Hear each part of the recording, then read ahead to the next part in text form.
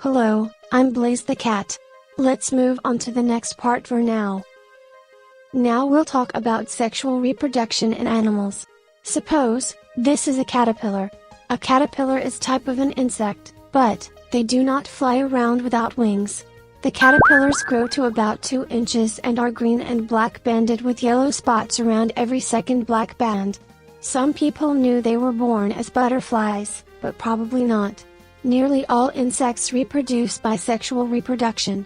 This involves the formation and fusion of gametes, sperm from the testes and eggs from the ovaries.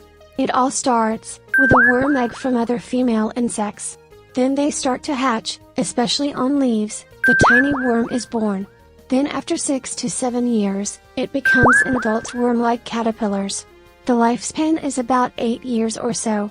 Any insect you have seen in some gardens like housefly, butterfly, honeybees etc. which starts from the first stage, insect egg.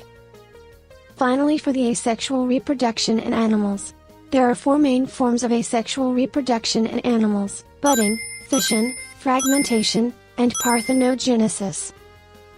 Suppose, we talk about reptiles, like geckos or lizards. If the lizard's tail is broken or lost, they do not feel any pain in the loss of its tail by defending itself. The growth process of lizard's tail is very slow, and takes around 60 days. That's how the growth process works.